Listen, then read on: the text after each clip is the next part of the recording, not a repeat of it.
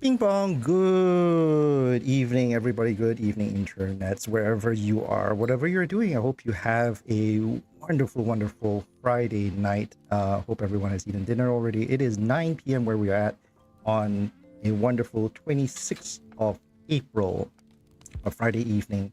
And it is another week of Geeks at Sea. Joining me here tonight, my name is Jared. I'm sorry, I've been jumping all over the place because I just got back from a drink up session, and it was a bit of a rush. My brain's all over the place. Scattered mind. I am so sorry.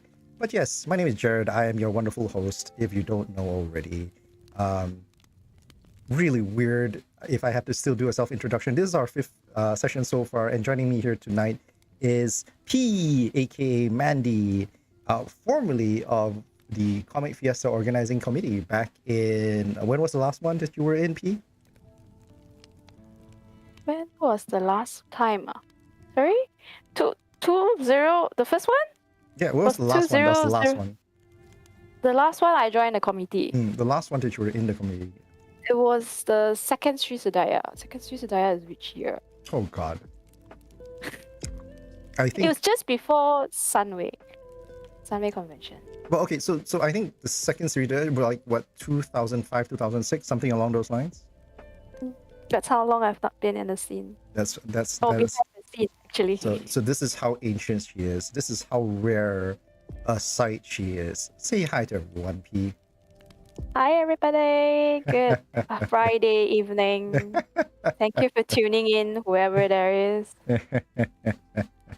All right. So before we begin, just a quick heads up. Like, this is a standard disclaimer for this show. If you're not familiar with this stream, basically how this works is that Geeks at Sea is basically a story time evening kind of thing, where I grab randos that I sort of have known or met and stuff, who have interesting stories to share about their experiences throughout, like, Southeast Asia, especially if they grew up here, if they've been a part of the industry here, and all that kind of stuff. When I first started, I had a friend of mine who was a long-time booth owner or art booth owner here over in Malaysia. The next one after that was with oh crap, I'm brain freezing real bad. Yes, but like it's okay. It's a Friday evening. Yeah, it's okay. But yes, I've done it with artists, I've done it with cosplayers and all that kind of stuff, and I've done it definitely with organizers as well. Thank you. God dang it, I completely forgot. But yes, basically that's how it goes. So we talk about like their experiences, their stories about growing up as geeks here in Southeast Asia. So with that in mind, do recognize that a lot of these stories are personal stories, meaning that they come from a really, really long time ago, because newsflash, we're kind of old. so say the word old, but yeah, I have to admit that. Fine, we're finely aged. Right? So been around too long. Yeah, man. So with that in mind, what that actually means is that we are like memories are not always the most dependable thing in the world. Sometimes, memories fade. We don't have everything jotted down. So please, please, please remember that when we're sharing some of these things, they are going to be subject to sort of the eccentricities of our individual memories. We're going to be biased. We're going to be people, more important than anything else. So these are not trials of fact. Please don't take everything we say as like absolute facts, all right? Unless, of course, like, hey, we bring up stuff that says, oh, like, for example, we're going to show you some stuff after this where it's like the date is explicitly printed on it, and things like that. In those kind of cases, then yes, you can probably say that it's a fact, that kind of thing. So yeah, so also keep in mind, everything we express here, we're here as individuals.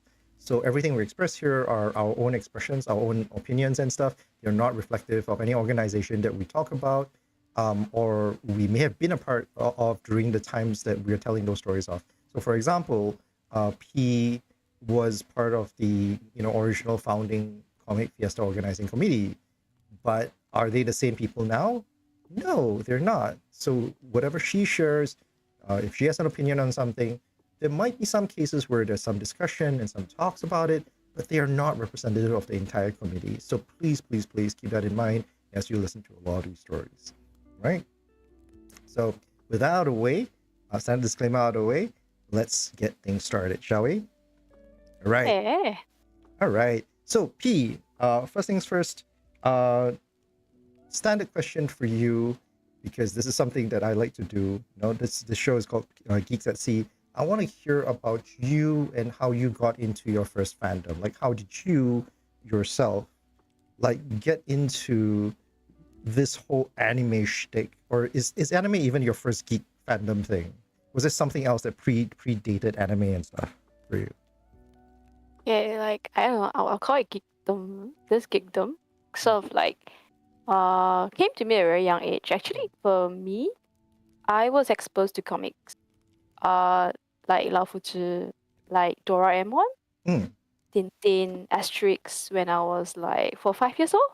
Because Really? I often go to my cousin's place. My cousin's a bit more well off, I would say. So they buy a lot of books. My uncle likes to buy a lot of books, and then one of the books is like comics. So whenever I go over to their house, I get to flip through like Laofu. I think that was one of the first comics I actually still remember in my younger days, really young days. And then slightly later, I got to know about Doraemon in Bahasa, and then Tintin and Asterix that were in color. So Nice. So my exposure was more towards the graphic novel stuff. Yeah. Okay, I have to ask a little bit on that one, right? So did you actually borrow your is it your cousin or your uncle? So wait, borrow means like what do you mean? Like, do you take it from their place? Like, did you take their Asterix? Do you take their Tintins and take it home and read it? They were just lying around. They just go over there and just in the living room. So you just because I go there for my summer holidays. Right. Whenever I have school holidays. Right. So my aunt take care of me when I was younger. So I'm very close with my cousins. Yeah. So I hang out there very often. So the stuffs or books are every day are just there for me to just pick up and just read. So while you're just sitting there lounging in the living room and stuff, you just pick it up and you start reading. That's basically it. Yes. So it was Laofu, Doraemon, Asterix, and Tintin. These are the four henchmen of your apocalypse. Yes, correct. But I didn't know they were comics because I was like 4-5 years old. Yeah. I didn't know. I don't know what you call it. I say it's interesting. It's like it sounds like it looks like cartoon. Right. That kind of thing. Yeah. So only much later when an anime or cartoon start coming up on TV1, TV2. That's RTM1 after and school. RTM2. Yeah, something like that. That's when I start watching anything on the TV actually. Right. And then also I don't know it's called anime. Yeah. To me, it's like cartoons. Right. Comics, thing like that. Right, which means I think you and I share very similar periods in KL back then at this time as well, where there wasn't a lot of choices, right? So basically you just take whatever you could. right? So you'd be Yes, watching correct. stuff like either it's the weekend cartoons or you just take whatever is there, right? Yeah. So if you ask me to recall what I watched, it's like there was Simba, there was He-Man, there was Thundercats, there was Speed Racer, there was so many cartoons that I watched. I mean, much later only there was Doraemon. So the Mm-mm. earlier cartoons were all this that I was exposed to, and a lot of was like the Tom and Jerry, you know, Right, exactly, right. So the we grew up with a yeah. lot of this standard like sort of Hanna Barbera stuff and everything else, right? Like the early Yeah, days of and cartoons and stuff, Disney, yeah, and Disney as and well. Disney. So it's like correct. So my mom always tells me this. She says, you know, Mandy, when you were younger, you would just sit in front of the TV and keep playing Snow White and Cinderella until the tape spoils. You know, the VHS tapes. Right, I will exactly. just watch over it, over and over again. You don't get bored of it. So I was like, for me, it's like this is my form of entertainment. It really intrigued me. So you kept Yeah. watching. So the funny thing is, right? Like even for me, I had one myself. You know what was mine? What was yours? Strangely enough, right? Like mine was Beauty and the Beast and Toy Story Okay. 1. Okay. Toy Story is very nice. The story made me cry. It Really. The animation Yeah. does not survive though, to be honest. The sad truth is that if you watch back to Toy Story 1 now, the quality of animation does not survive. But the funny story is that if you look back at even things like, for example, Jungle Book or like once again like Beauty and the Beast and all that, the original, even the original cell shaded animations, right? Like they look Yeah. great even today. They look great Like the even by hand today's standards. yeah, the hand painted cells page by page, Correct. seconds by seconds. Yeah. Yeah, That's correct. yeah. So I mean, I only learned a bit more about it as I was growing up. So then okay, so let's come into the real geekdom thingy. So I was exposed that I like all this art. It is like attractive, it's colorful, it's pretty. So I also like drawing. So drawing is like one of the thing I do when I'm free, coloring and drawing. So what really got me stuck into this geekdom wormhole was actually Huli. Huli was my bestie from primary school. So we were besties since standard 4. We were in the same class. That's why I've known her since then. I'm not going to talk about our age, okay? Just know that we know each other since standard 4. That's it, okay? So she was the one who introduced to me manga, like manhwa, Japanese manga, okay? So what happened was I think she shared like Sailor Moon, like Detective Conan stuff and Inuyasha stuff. So it's like, hey, what's this? Then I got hooked. I seriously got hooked. Then I was like, yeah. I mean, that was that. And when I got hooked was when I was Form 2, actually. Form 2. So it's like after primary school. Right. Yeah. So there's this huge duration of time between standard 4 to Form 2 that you finally got hooked at Form 2.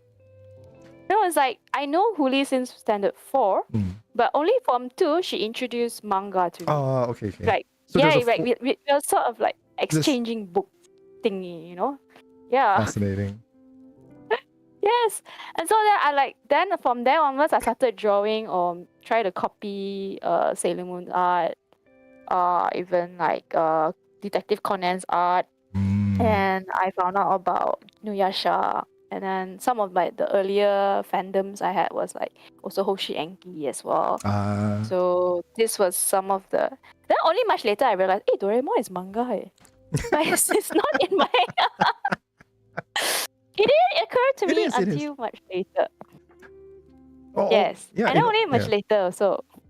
Like Simba was anime. Right. Like, Exactly right. Yeah. In all fairness, Eraser is anime also. You know, that kind of. Right. Yeah. So here's the funny thing, right? Like I would sometimes have conversations with friends outside of this, obviously, right? And we will be talking about, okay, what was the first anime that you got exposed to?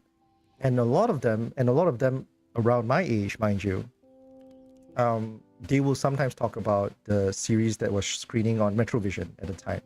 So those were, I think, the late 90s at the time, by that time. And Metrovision shows included stuff like, you know, Sailor Moon and a few others. Sailor Moon is the one that stood out, so I'm just going to constantly cite Sailor Moon for that one. I But I think yeah. I know the manga first, then only the anime. Yeah, no, I and think. no, Yeah, and that's yeah, fine. But like, yeah. I was talking about exposure to anime itself. You know, like when Oh we got yeah, yeah. exposed to anime, a lot of them would cite stuff like, oh, Metrovision, and like, you know, very specifically, they would talk about uh, like Sailor Moon as a reference, and then sometimes they'll talk about AXN and that being a point of Oh reference. yeah, like You know? Samurai X. Correct, Yeah. exactly. A lot of us only finally AXN. got to watch Samurai X and Yeah. Genso Maden Sayuki and all that through AXN, right? Yep, yep, and yep. and that was and AXN was like near 2000s already, late 90s, year 2000s. Very kind of thing. late. Yeah, I was Right. pretty late. I was really Right. quite old. It's like already Exactly. So after secondary school. right, Yep. right. But So what I found very interesting is like no one seems to recall. Like it takes a while for people to put one and one together to realize that, oh wait, I forgot about Doraemon, which we were watching like in the early 90s on RTM1, RTM2, that kind of thing. it didn't occur to. It's like it didn't really occur. It's anime, you know. No, Correct, look, it didn't right. really occur then. Right. Yeah, Sure. maybe like the genre. Yeah, that kind of thing. I mean, we're kids, man. Like we're back when we were kids. Like what the hell do we care? Like Everything's cartoon. Yeah. Everything is cartoon to It's me. animated. It's Yeah. animated. Look Yeah. and see if I Yeah. care. You know, that kind of thing, right? So Yeah, you but don't I really mean, care. right now I know how to differentiate. So yeah, cool. Yeah. Yep. But yeah, I mean, just to extend the point, right? Like, so I'm not even talking about stuff like, for example, the ones that you were mentioning, things like, for example, Speed Racer, Simba, the White Lion, that a lot of people don't like have any idea. Oh, by the way, I'm sorry, it's not Simba, by the way, it's Kimba. Kimba, right? No. So Simba is the Simba is the Lion Disney King. one. Yeah, okay. Yeah, So yeah. Kimba, the white lion, Kimba is- white lion. Right, exactly. The white It's lion. Kimba the White Lion. Yeah. Don't let's not get that wrong Yeah. here. This one, Yeah, that correct. one is one that I want to get factually correct. Yeah, no problem. Because so- they sound the same to me. But they my do. image in my mind is that white lion, Correct. that little white cup, and then it grew up into a big Correct. white, like so. Which is exactly the plot of Lion King. But Well, some people start somewhere, you know, ideas. That's Okay. how So- it starts. right. Yeah. So wait, okay. wait. So I- that was the Wait, P. I want a small favor. All right. I What want to do a quick. favor? I want to do a quick sanity check with you. Because I've dropped this with people before, and people have been gaslighting me over whether this was ever on Malaysian TV. Which Did one? you ever remember watching an anime called Tomato Man? Tomato. No lah. Shites. Akazuki Chacha, yes lah. Yes, that one exists. That one I know. That was on Mega TV, right? But I grew up. I swore I watched a show called Tomato Man. I remember watching a show as a kid called Tomato Man when I was growing up. But no one else. I've googled it, by the way. The show exists, and it looks exactly as I remembered it to be. But no one I've ever spoken to remembers ever watching it. Probably have to see picture. Do you have images of Tomato Man? Should I Okay, we will do this see? off stream. But Oh yeah, I just wanted to see whether I could get like public agreement that the show existed on Malaysian airwaves. Clearly not today. I know a lot of I like even Transformers also I watch. Yeah. What else? Yeah, and the funny I'm thing trying is, to go through all my memories of Right. the And- cartoons I've right, watched. and the funniest thing is Transformers is technically an anime. Yeah, It is, isn't correct. it? Yeah. Yes, Crazy. correct. So Anyways, okay, yes, yeah. let's move on. yeah, Sorry. move on. So how I finally ended up in Comic Fiesta, the organizing team. Okay, so before that, so I like art, I like comics, I follow anime, or I've been watching cartoon all my life. Mhm. So then I started like following this Manhwa Zoukan, the comic weekly. I buy because it's very hard to get like Japanese comic. Right, exactly. And well, it's being because every month, like in Japan, every Right. month they sort of like release chapter Right. by chapter in Right. those thick phone books. Yeah. So to get the latest story or latest series, I subscribe to Manhwa Zoukan. Yeah, because Yep. they don't have distributorship here, right? Like, and this is gonna sound horrible for anyone who's actually working in copyright departments for like Croatia or something. But the fact is, because Mm. back in the day, there was no distribution here in Southeast Asia. There was no way to get it, right? Like, Yeah. and this was, whether we like it or not, was illegal, but there was no way to get it otherwise. I mean, this was one of my avenues. I'm not sure whether legal or not legal. I mean, Yeah, I it mean, was we wouldn't sold know, at bookstores. right? We Yeah. wouldn't know. We weren't sure. We wouldn't know. Yeah. They could be lying to all of us and said that they got licenses and all that kind of stuff. We wouldn't know. But as far as I knew, like retroactively, this is really like many years after, right? Like I sort of recognized to some level that this is actually illegal. But as a kid back in the day, we wouldn't know, and there was no other way to get it. I mean, this was one of the like books or magazines that were Right. available. Right. But apart from that, like, don't really have much. Back then, growing up, there was no internet for me. Yeah. No internet until much later, like in my higher second forms and all that. So I mean, only much later only I realized that I actually stopped buying Comic Weekly, and then when Kino came in, Kinokuniya came into Malaysia in Right. Isitan, there is this really small section where they actually sell the books, the Japanese magazines, and also the comic books from Japan. Of course, I don't understand anything because it's all in Nihongo. Did you still remember like the day that they opened up and like you went and visit looking for Japanese comics? I don't remember exactly, but I know I've already after Form 5. Should be after Form 5 or somewhere then. When Isitan came in, I think that's when they opened that little bookstore. Right. That little bookstore. I'll be honest. So, like my own impression, my own memories of Kino is not of their opening in Isitan, but the one they opened in KLCC actually. Oh, okay. Mine was that small little corner where it's like a taste of Japan, that I can sort of like experience. Yeah, that was that little bit. Right. Yeah. You just go in and walk around your way through, right? Yeah, and so I advocate, wow, it's so expensive, all this. And then why are they printing their comics in such a thick phone book? Why are they creating phone books, tomes? So I really don't understand, but it's attractive because there's like Ribbon. I remember Ribbon, Hanato Yume. I mean, I'm into more shoujo. Then there was Shonen Jump. I can recognize it because I was a bit more like going into searching online a bit more stuff. So once I got hand, then there's this the Taiwan original printed or licensed copies. Right. That's where I started collecting. Right. Using my pocket money to buy. So that was when it got a bit crazy. My collection started from one set to 2 sets to 3 sets to until I don't have enough space. What was the first set? What was the first set you bought? My first set was Sailor Moon. Actually, my first set was Sailor Moon, and it was Comic House because I was very, very, very young. And I remember my dad. I begged my dad, can you please bring me, because we couldn't. I went to a lot of bookshops. Right. And I couldn't get that volume number 11 of Sailor Moon. Oh no, that I still remember it. I still remember that volume number 11 because so difficult to find. Right.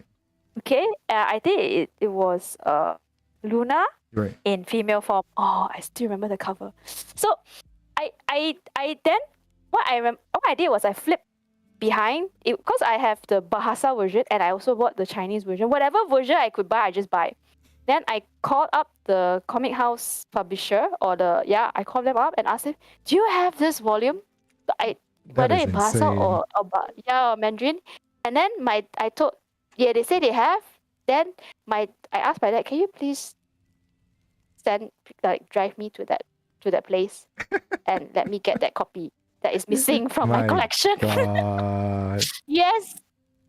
I was really young. I don't remember how young I was, but I remember I had to depend on my parents to send me around because I hope I probably be 15, 16, that age when I was collecting. So that was my first manga set that I was collecting. Sailor Moon. Then I know it's illegal, but like S.E.A, our local printer.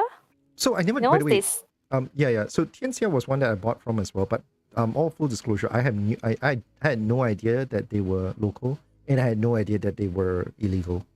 Like yeah, I didn't know because they're very cheap. They were the cheapest.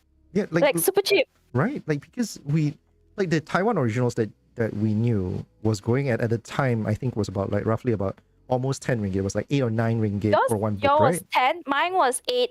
Even 8 ringgit to me was really expensive. That's absolutely. I said almost 10, right? It was like 8 or 9 ringgit per book kind of thing, right?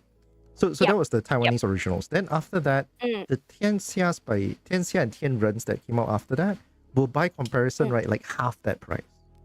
It's like 350, then it increased to 4 ringgit, then it became like 430 and something along. Yeah, depending on the size of the comic. Right. Yeah. And whether there was color pages and stuff like that, right? Yeah, I mean, for all honesty, I also didn't know it was illegal until much later. Yeah. When I found out there's the not original, there's the licensed copy, like the Taiwan and the Japanese one. Then only I was like, hey, the versions that I've been buying are a bit weird. Then only I went and asked, or I went and go and dig and probe, and then I stopped. Once I found out, I stopped. Yeah, I stopped buying.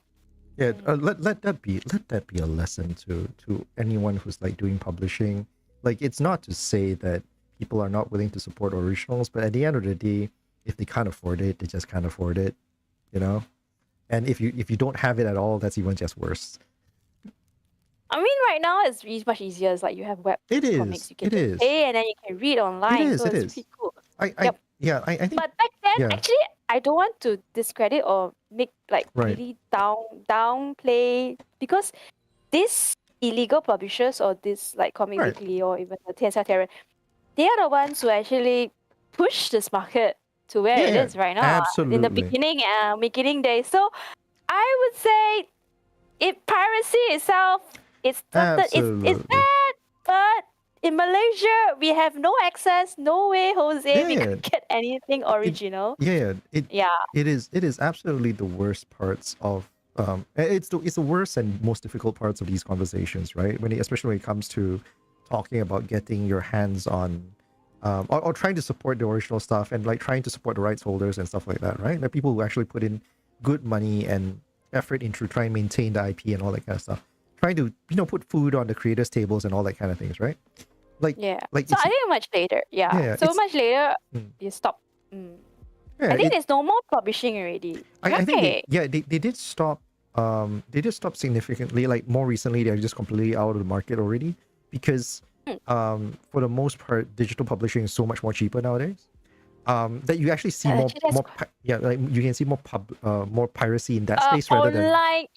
The different kind of piracy. Correct. So the piracy is mostly moved up online. Less people are dependent on the physical copies these days. Which, as far as I'm concerned, has some benefits. Which means that like it's easier if you're a consumer and you want to buy comics because it's your favorite thing. Like I if you're a fan of Yu-Gi-Oh and stuff like that, and you go like, oh yeah, I want a full set of Yu-Gi-Oh comics because I like it, that kind of thing. By the way, R.I.P. Kazuki Takahashi Sensei. Like if you want to support him in all his works and all that kind of stuff, his past work and all that kind of stuff, like the easiest thing is to buy I mean, you can buy a full set of the comics. You can buy a physical set of the comics, but these days it's hard. It is hard, but you can find it. And the most important thing is that because piracy is so low nowadays for the physical copies, because the turnover is so much more expensive and difficult right nowadays, like it's very likely that what you find around is going to be the original. It's Ori. So you don't have the same weird problems that we had. Like you don't have to worry about saying, oh, I bought this book, and your friend going like, oh, did you know that is pirated? And go like, oh. But I have a feeling like these kind of books are like probably like rare now. They absolutely are. They absolutely are. But ironically, I actually got to know like the Comic Fiesta OGs or founders through Comic Weekly, Mahua Zoukan. So there's this section in Comic Weekly where there's like you can submit artworks. You draw and then you submit like a 10 by 10 cm by 10 cm kind of artwork, and then they will select, and then if your artwork gets selected, it get published in that particular issue. So that's where I got to like sort of like admire, like there's people out there that actually draw too, you know, because there's no internet back then, or internet was very scarce. Not everybody has it. So what I did was I also drew, and then I found out other fan artists like Meow. Meow actually drew her doujin, like her own comic. So they actually Comic Weekly actually sort of like have this little section where you can order, you know, like a advertisement section for them. So I bought from Neko House, which is best got to know that's nice. Sakana, Amber, and then it was still Yue, the first Yue. So I actually bought these two doujins. Actually, it was like a big risk because I don't know whether if I pay, I send money over, and then whether I'll get anything. It was my first time buying something over postal. Right. And lo and behold, they really Nigerian Prince issue, right? It's like, oh hey, it's like, and I have no idea what is inside the content. I only can see the cover page, like it's in black and white. So when I got their copies, and that's where I started sort of like writing back to their pen pal kind of thing. And then once we had internet, and then we realized that we both have ICQ, you know, and that kind of stuff. Then we started added each other. We started adding each other, and then that's how it started. Like that's how I started my like my fan community thing with my. So we draw, and then we talk about comic stuff. Yeah. Then, and I got sucked in. I mean, Yue was actually started by Mittens, or I know Meow, and Maggie, one of her friends, but mainly Meow. Meow was the really the founder and pioneer for Yue. So I said, that's just like, okay, what a joy, so joy. So myself and I dragged Huli in. Then I got to know Chibing also online. There's this thing that we do back then was we draw, and then we have this GeoCities like free web space. Free web space where you can use, and you can create your own website using. I use HTML to create my own website back then.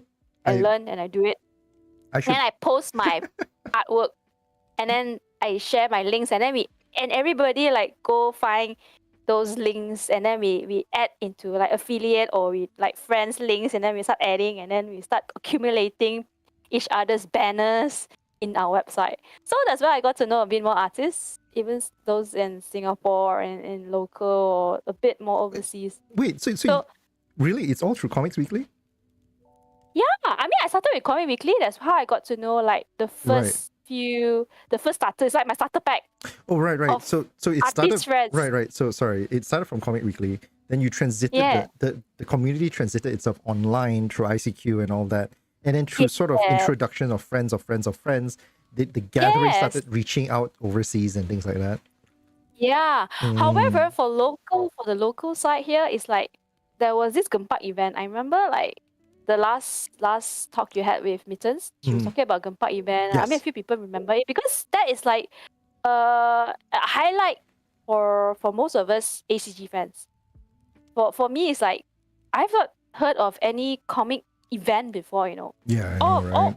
Our fandom is usually with the comic, drawing art, exchanging art, online, putting out artwork, and talking about our fandom. But attending an event is like a very long dream. You can only see Comic Cat online, or you can only hear about it online. So that was something interesting. So we all called together and say, hey, P, you know, we're gonna meet up. And then they're gonna cosplay or something like that. I don't even know what's cosplay. Seriously, it was my first exposure to cosplay. I know doujin, I know manga. What's cosplay? Then when I attended Gempak, that's when I was like, oh, okay, so this is cosplay. Okay, so it's like there are some photos. If I don't have photos right now, but I remember like I was really wowed at how they make their own costume and portray their favorite characters. So this is like, wow, it's pretty cool. I have to check with you on this one because we've been talking about Gempak a little bit. You've mentioned Gempak a little bit, right? Yeah. Like all cards on the table, I wasn't active during those years. Those earlier years, I really, really wasn't active. What year was it that you went to your first Gempak event? Was it 20? It was just before CF, the year before CF. So it's 2001. Is it? Yeah, correct. Yeah. That's when after the Gempak event, I got to know like the Yongu mix. I got to know Aisu, Aimo. Yeah. And then we said, hey, let's have an art jam. Like Okay. an art jam. I want to ask Let's this beat real up quick. the draw. Sorry, Yeah. just a quick aside on that one. Yeah. Did you say Aisu or is it pronounced Asu? Because Okay, this is going to bother me for the rest of the night if I don't get it cleared out. Okay, actually, it's actually EISU, Right. but I just pronounce it anyway. I like. Aisu will probably kill me, or Aisu will probably kill me. So Well, yeah. if he ever catches wind of this, I'm gonna be really happy because he's actually one person that I've always wanted to have on this thing. But like I don't know why Try. I've never managed to reach out to him. We'll get there try. someday. We'll get there someday. Yeah. But until Yeah. that, So we all were like, Aisu yeah. will be the correct way of pronouncing it until he comes on and corrects the shit out of everybody. Yeah, correct. So he has to come out and tell us. So actually, this was interesting. It's actually like another spark. So after the Gempak event, we all meet up for an art jam at MacD, just in the MacD in Kota Raya, opposite Kota Raya. There was a MacD there. Yeah. So we actually gathered quite a lot of people. I think the like one 10. opposite Kota Raya is the one towards the end of Petaling Street, right? It was at the corner. Yeah, right. At the junction. Yeah, Petaling Street, Petaling Street one. Right. Not the Kota Raya, it's opposite the road. Correct. It's 3 stories up. It's on the edge of Petaling Street. It's no longer there, by the way. If anyone's trying to look for it, it no longer exists. Yeah, but we started there. Yeah. I just want to point out that that's the location of it. It no longer exists. Back in 2002 or 2003, when I first went to Comic Fiesta, it's still around. The corner opposite right now is sort of taken over by Nando's, if I'm not mistaken, but the corner itself that the McDonald's sat on, I really don't know what is it being taken up by now. Yeah, I have no idea as well, even though I last time I'm a bit more frequent, but ever since there's no more like anime stuff or manga stuff around there, most of the stuff there are not like legal or legitimate. So Yeah, tell me about it, I think yeah. But Kota Raya was the place for us to hang out because that's where we could get our anime stuff, our games and all that stuff. Yeah. Everything was there. That was like the central the cradle of civilization of the unmentionables. Yes, correct. All right. But I mean, people who were at my era, yeah, they will know what I'm talking. So like this is like starter pack too. So I got to know like GK, I got to know Tenkawa, got to know Aisu, Zid, Aimo, Amber, Sakana. So all these new friends that I made, it's like artists for us artists it's always just us and our fandom. And then we're getting to know it's like, hey, there's a larger group apart from us, apart myself. But then it just sparked. Then Pin was like saying, why not we have our own event? I tell you, why not we have our own event? Then we are like, okay, let's try organizing our own event, you know? Then of course this one was mainly for, you see, the gathering then was all the artists, manga artists or doujin artists. So the main topic will be, our main reference would be Comic Cap, actually, looking back at it. Of course, Pin was into cosplay, so she said, we must have cosplay as well. So I was forced to learn what is cosplay and did my first cosplay during CF, the first year. Yeah. I only know how to draw comic or do doujin. I didn't know anything about cosplay, or I don't even know anything about Comic Cat. I was like, okay, I'm just following all these taikaches, what they're planning. And then you said, P, are you interested to join? Okay, because I'm in KL and it's easier for me to sort of, I'm one of the runners. So this was what happened. So that's how my CF journey started. By just being curious and making friends and just drawing art. Okay, so I have a very interesting photo to share. And so for those who've been with this channel for a bit of at least tuned into a couple of these streams, as a general policy, I don't share images that are not given to me by the person I'm speaking to. But this is a very unique case because the photo that I'm about to share is one that's pretty much like pretty well known. It's one of a few photos that have sort of survived somehow through time. And this is actually a photo from the 2002 Comic Fiesta. It's a tiny little place. It's a tiny little room, and you can see everyone there. By the way, quick credit. Everyone, half of everyone. Yeah, and I think.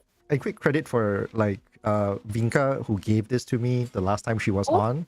Kazuki Vinka. Okay. Okay. Very specifically, she's actually here in the middle of the photo herself. Wow. Yeah. So this is her. She's the one who is the owner of this photo. Wow. No. She's not the one who. She's not the owner of this photo. We have no idea who's the owner of this photo. We want to know who the owner of this photo is. But the fact is, like, she's in this photo. She found it. It's been used. It's been shared and moved around a lot. This is the nature of the internet, right? Like, you put your photo up, everybody keeps sharing, and eventually everyone forgets who the heck is the original guy who posted it, right? Yeah. So correct. I also had a set of photos that were passed to me. So there were a few photographers there. Whoever could afford a camera, they brought and they snapped. Yeah, exactly. And they are the only photos that have existed from that time, and like in barely anyone. So I have a suspicion, P, but I think you're in this photo. I'm probably somewhere behind. I don't see myself in this. It's not very obvious. Is this not you? Is this not you? Which one? Is this not you? Wait, I can't see your cursor. Which one? Is this not you? I can't see it. Sorry. Which one? The one? Is this not you? I'm behind, is it? No, the one right in front here. The one with the blue badge in black. Is this not you? No. That's not me. You? I'm the one behind. Can you look at the what's that? Final Fantasy character behind? No. Behind left, you now? Left. The one doing. You see, there's one hand right behind. Blue hand behind. The pink color cosplayer behind. I'm standing right behind. Just now, you're very close to me. You're very close to me. Oh, here. Somewhere here. Ah, that's me. Oh my goodness, I am in it. Yeah, that's me. I was cosplaying Taikobo from Hoshin Engi. Ah, okay. But yes. Yeah. I think there is literally only a small handful of photos that survived 2002. And they have more or less been circulated around the community a lot. This is one of them. I guess it's been shared every time when it's near to Comic Fiesta. People will just post their ancient memories of Comic Fiesta. So this place at Chinese Assembly Hall, right? Is the second floor. I remember going to this place to Recce together with GK, and we were like wondering, oh my goodness, this hall is so big. Are you sure we'll be able to fit? Will there be anyone coming to this hall? Will there be anybody? I mean, so it's like we were like wondering like whether the event would there be anybody coming at all. So we were worried that the hall is too big. Yes, and we started with 0 funds, so we have no backing, no sponsors, nothing. We had to go around. We did ask other. We did take out pocket money from from the committee, but we did try our level best to like go to Gempa, go to Star bookstores or different like comic related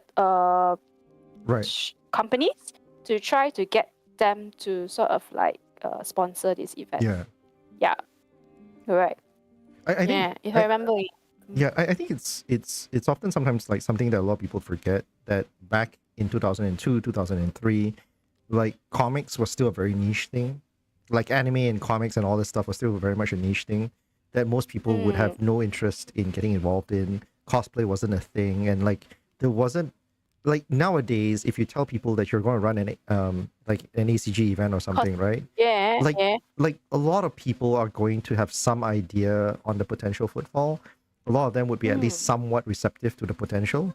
But like before this, you might as well be telling people that, oh yeah, I'm going to do, and I'm sorry by the way to all the fans of the things I'm going to talk about, but like basically you might as well tell people that, oh yeah, I'm going to do a Warhammer 40k event, you know? Like it's not a big thing now, right? Like it's still not a big thing now. I know I'm not saying that there are no fans. It's a very niche, like you said, Correct, niche. exactly, It's a right? smaller community. Exactly. Not many people know. Exactly. So like say for example, you might get people who are into board gaming and tabletop, stuff to come in and sponsor you all this stuff. Like they'll sponsor you some cash and just to make the event happen and all that kind of things, right? Like they will do it if they're directly involved in the scene. Maxis is not going to be involved. Like all the big telcos are not going to be interested. All the big internet providers are not going to be interested, right? Because like they're going to go like, what is this weird niche hobby that you're into, and how am I relevant to this thing, and who is even going to show up and see all this stuff, right? Right, but Yeah. So basically, back then it was a very unknown thing. Yeah. This ACG or Japanese culture or Japanese like ACG culture. So Did you manage to get it was any? very. Did you manage to get any sponsors in the end for like the first year? We managed to get like Comic Weekly to. They did give us cash. They just allowed like publicity, like advertisements in their article in their weekly issues, like pages. So during that's when I remember. When I was doing the CF, of course I was helping with the CF Museum curating. So we had the actual article cut out from the Comic Weekly. And then we actually framed it, and then we actually shared that. I mean, it was in the museum last year. So they gave us sort of like columns to put in articles, and also to sort of like shout out to the rest of the community, people who are following their magazine. There's this thing going on, like there's this Comic Fiesta going on, So that was one of it. That I think Gempa was our key sponsor. I think they actually was. They helped a lot. I would say contributed quite a lot. Enough for us to sort of like pay deposit. Can I say that? Enough to pay the deposit for this. And then after that, we went around doing odd jobs. So some of us actually went to Starbucks store to give out leaflets for Starbucks store and cosplay. And what we did was we actually we used some of our own funds first, and then we printed out like posters or A5 posters and photostat and pasted on all those ACG related shops, like those that sell comics and all that. Yeah. We actually begged them, can you please let us, like, if you have your readers or whoever your customers, do you mind just like just let us leaving it there, and like if you're curious, just let them know it's happening and stuff like that, right? Yeah. No, we just want to shout because we couldn't think of any way. The internet wasn't really it's not a big thing. Not everybody had internet.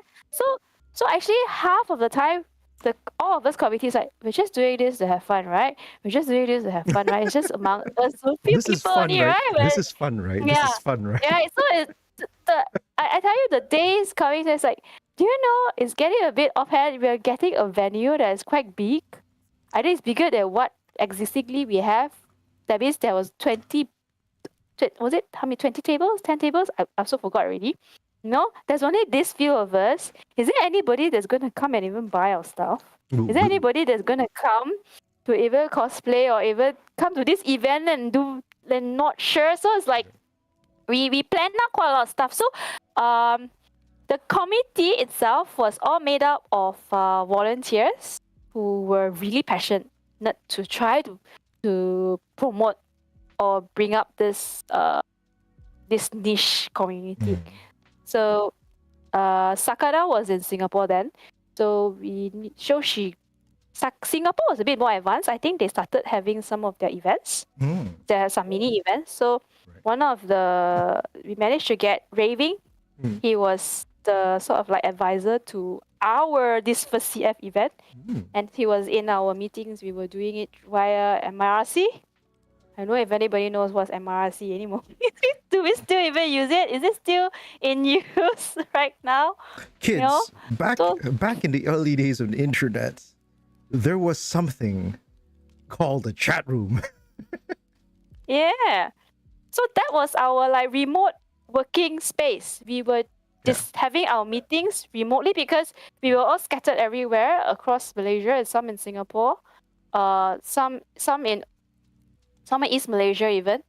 So we pulled ourselves together via remote working. This is back then. We were already working from home. So yeah. it's really funny now that especially when we're talking about this, right? Because I just had to reintroduce what a chat room is, but the fact is we are using a chat room right now as we're doing this. Because as we're doing this, right, like both of us are in a Discord channel, like just off the stream, and Discord is essentially what MIRC was, except that it's more modern, isn't it? Yeah, a bit. Yes, it is, because, isn't it? Yeah, MIRC was like really simple. Yeah, you can just key your name, you put in your server, and then after that you choose your color. Correct. Yeah, and then you start chatting. Yeah, correct. Which is more or less just what Discord is, except that there's more bells and whistles, right? Like you just have more stuff now with Discord, but it's essentially the same idea. So because what happened was that we left the MIRC period, like MIRC faded off in preference for a while, right? And then we somehow came full circle and came back to MIRC. Came back to the very foundation of chats. Yeah, I know, right? So we moved. I think we moved from MRC, and then we moved to ICQ, and then we moved to Skype. I think Skype came. No, we did Messenger. I don't think we did Skype. I'm not sure whether we did Skype. Yeah, Messenger, ICQ Messenger, and then after that there was Skype or something. There was that all the free chats, free messages stuff. Yeah. Okay, so that's how we continued our meetings or discussions and all that kind of stuff. Then subsequently, when CF grew a bit bigger, and then there was like the forums where we keep our archives of stuffs, keep things going with the fan. Which, for anyone who's curious, was the Reddit of its time. Yeah, Reddit. Oh my goodness! Now we're back to Reddit. Oh my goodness! After all the fancy stuff, we're just back to basics.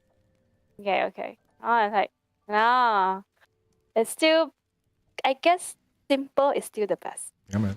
Simple and basic is still the best. Look, I mean, we all have the urges to communicate. I don't think the urge to communicate ever really truly changes. So the only question always comes back down to like how we approach it. And once again, we can do all the bells and whistles you want, but like, people would change and shift and move. This is how we end up with. Right? Okay. So, yep.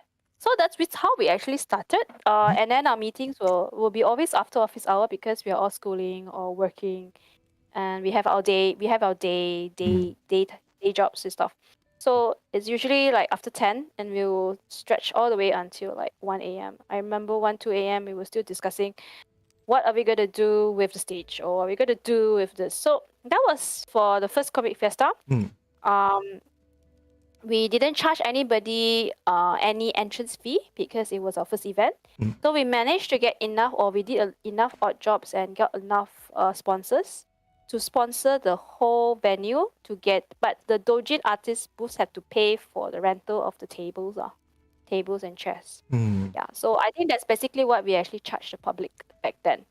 And we just took anything that is from charity is like the backdrop. Okay, maybe you want to show the photo from the stage of the stage. Do we have one? Yeah. Do I have one? Yeah, I gave you the stage. I don't think you gave me one. I didn't give you a stage. It's okay if I didn't give you a stage. So it's like we just took pictures. We just took whatever we had, like recycle or people give us, and the story behind the first Comic Fiesta backdrop. It looked a bit weird. We got this large roll of paper that came from I think a newspaper or printer shop that Mitten's dad was working at. She managed to get this from her. Yeah, they didn't want it, so we took it and we used it as our backdrop. So basically, that's how it. So basically, you ghettoed everything, right? Like you just pulled up random stuff from different random people and said, "Oh yeah, you're not using that crate." Whoever give us anything, we just use.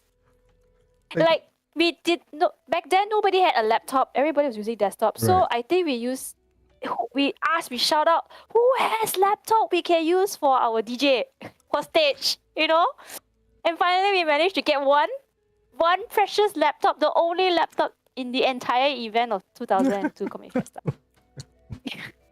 And then we were like thinking about sound system, because last time sound systems like jacks and all that stuff. Yeah. It's like the laptop didn't have that jack thingy, or we didn't manage to do a run through earlier on, because it was just before the event.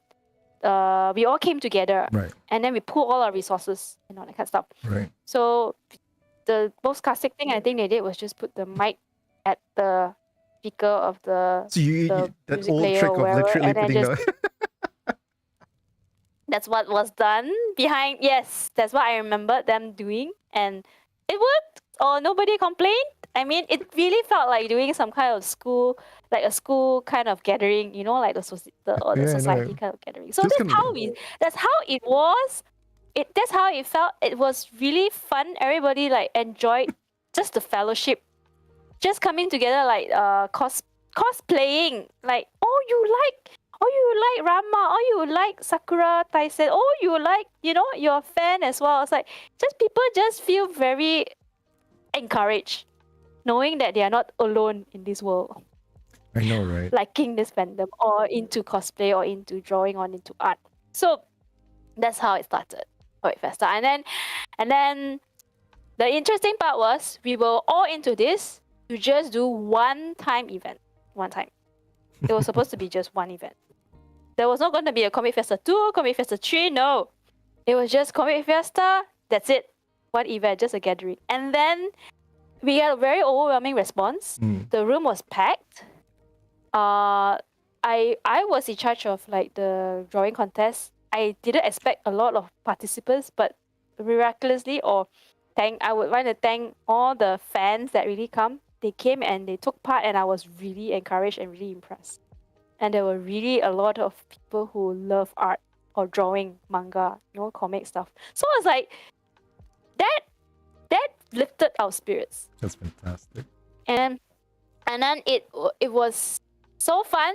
Everybody didn't want to go home. People were still standing outside of the door or outside of the second floor, and then they wanted, and then we had an aftermath. I think we had a CF aftermath. There was a book event going on in Chinese Assembly Hall, and then they called us back or something like that. They gave us a space for us to sell, like the artist booth, to just sell their second hands or whatever leftovers they had from the event, or just chill. It's like having a mini CF thingy there going on. So it's like, and then on started getting to know more people, and then we had volunteers who said like, hey, we exchange contacts, and then who will be interested to sort of like organize the next Comic Fiesta. Okay, that's the tricky part. Next Comic Fiesta, I didn't buy into that. Okay. This is the one for 2003, right? Yeah, 2003 was tough because, again, we didn't charge any ticket thing for the first CF, so we were back to zero. We had enough money to cover expenses. We didn't earn anything from the entire event. Nobody got money. It was all purely, I would say, voluntary. Okay, so when it's 2003 Comic Fiesta, we had to push for a bigger venue. So Chinese Assembly Hall cannot fit the people back then. So we anticipated probably a slight growth of maybe another 100, maybe another 300 people. We were hoping, but we did we planned it in a way that we wanted to know how many people was going to come for the event. So we did pre-order. We did a catalog, like I think you have the Comic Fiesta Yes, I do. catalog. Let me just put it on screen. This one. So we had a very lengthy discussion on how we can sort of like gauge how many people is coming or how many people will be supportive of this event, and we would have probably pull enough funds for the deposit. Yeah. For Impiana Hotel. Okay, and after going through with our sponsors, whoever that sponsored us, or we try to get more, it was not easy. it's still very new, and who are we? Comic Fiesta is nobody. I mean, this bunch of enthusiasts, we are really nobody. Excitable little small kids kind of thing, right? Yeah, it felt like we're like doing some kind of like school charity. We're not even under a school association or right. what. So society or what. So it's like we are really nobody. People won't entrust us with that much money. So they probably give us like space to put our advertisement or space to like sort of like do stuff. But no, cash was hard, very hard, and we didn't want to sort of like collect money. We did not. There was also crowdfunding wasn't there then. So we wanted to make it a bit more like legal or fair for the rest of the fans. So we thought of let's do a pre-order for our ticket that would come in the catalog, the event catalog, because Comic Cat had catalog. They have their they have all the doujin punya information inside, the artist booth stuff inside. So we thought of a catalog, and then we had a team set up for that. Had to go and find printers, like how much would it cost? Entire ticket, going through the money, the dollars for all this, right, was the most stressful part. Because again, we have no money. So when we actually started pushing this up, we were thinking, okay, probably we'll sell, I don't know, we were targeting if we can get 500 supporters, it would be good. That was the idea. We were testing waters. We were really testing waters, and we dare not do a 2-day thing. We only did 1 day. Because when for Impiana Hotel, going to a hotel ballroom, I don't know what is it, meeting room or ballroom? It's actually a ballroom, right? It's a ballroom. And for me when I was going like recce that place and asking the price and asking them like how much would I need to pay for deposit and everything, it's like it's a lot. It's like a lot. I really need a lot of money. And then I don't remember how much we charged back then, but we did consider everybody's pocket. We didn't want to. We just wanted to break even or have enough. So the pre-order was successful. There were, I think, 500 pre-orders that came in. Really? People like sort of like sent us the postal order. Because we posted on. We had a website. I think we had a website already. Yes, it's right there on the booklet itself. Like at the bottom of the booklet is like comicfiesta.com back in the day. Yeah. Wow. We actually have that. So we had like a website up, and then we managed to get a bit more in like sort of like Gumpak to shout out on it, and then Comic Weekly to shout out on it, and then we had fans like by word of mouth sharing all that stuff. So that's when the pre-orders tickets, like you call it pre-order ticket funds coming in. And that's when we can start the probably should what? So I probably should mention like this is all before Facebook. These are all days when like this is Facebook. Yeah, exactly. This is like sort of the, I wouldn't say early, but it's sort of like the early mid period of the internet. Like this is a period of like even before MySpace. This is GeoCities period where people would like spam their websites with like weird gifs just so that like it makes it look pretty kind of thing. Like it's during that time, right? So when Yahoo was a huge thing, when Yahoo was still a huge thing. Yahoo Mail was still Yahoo Mail, right.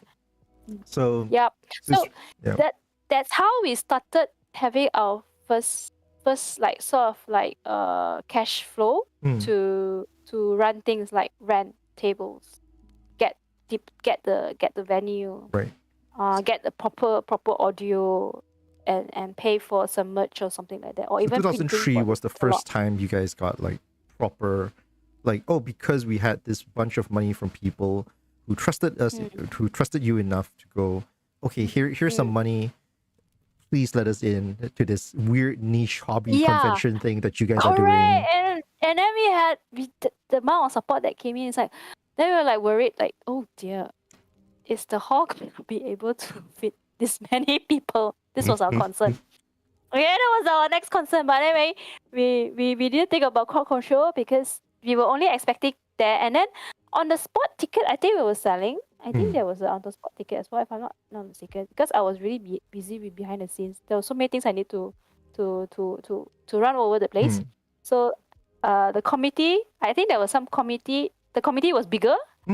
Did I share the committee photo? Oh, I didn't share any No, committee photos. sadly Yeah, you it's did not. okay. But the committee got bigger because the photos are not copyrighted by me. Although I want to share it, probably We'll if get you around to it someday. We'll get around to it someday. yeah, correct. One So of the these committee days, got bigger. Yeah, yeah, no, one of one of these these days. days, I'm gonna get like Huli on or something, and then she'll share it or something. Yeah, yeah. So our sponsors, right? Those who actually we actually like advertise. So we had AXN in for this round, 2003. We had AXN. I think can see AXN somewhere in the backdrop. So if anybody has the backdrop for this year one, please share. Because this is where I can sort of recall my memory. It's so fuzzy already. Again, another round of cosplay. The whole committee must cosplay by Pin's Orders. instruction. So we did. Pin was really into cosplay. She was like she's like the inspiration or spearheading the whole thing. But again, this is like second Comic Fiesta. And then we did it was because first one we had a very huge turnout from the fans. And then this round, second round, 2003, we also had a very big turnout from the fans. So we just wanted to, it's like sort of like just having like a sequel. Then someone on stage say, see y'all next year. Then like, habis. Need to slave myself another year. Do you know how difficult it is for us to just push this one out? Push this baby out also like, wow. Really? Because we were all okay, nobody gets paid for anything. The only way even for me is like I was in Yue, the Dojin artist booth. So we managed to like earn enough to cover our booth, the booth beer rental, and earn some money for us for our next project. So, but for Comic Fiesta, right, everyone that you actually see in the committee, right, nobody gets paid. We only get free entry to the event. That's all. And we do a lot of hard work in the behind the scenes and on the stage. Yeah. So that's what the committee was made up. Passion, hard work and sweat. Okay. And blood. Before we continue, I want to, for context, right? I probably should mention two quick things. For anyone who's watching it in 2024 and maybe even into the future, I just want to flag out that the Kuala Lumpur Impiana Hotel that's being listed on the 2003 Comic Fiesta booklet is not the Impiana Hotel that currently sits next to KLCC. This Impiana Hotel. It's not, yeah. Exactly.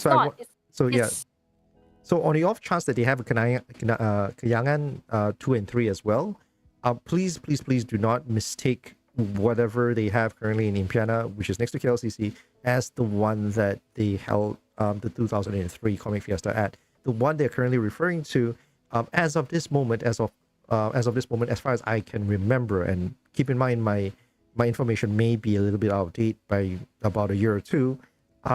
The hotel that currently sits in that same spot is called Angkasa right now.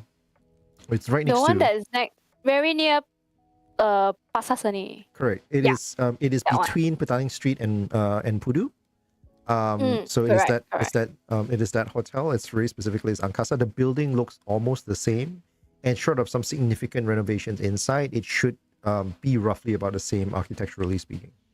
But I want to just put that out for context for anyone who's actually looking at this and going like googling Kuala Lumpur Impiana Hotel and trying to figure out like we cannot afford the one that is next to KLCC.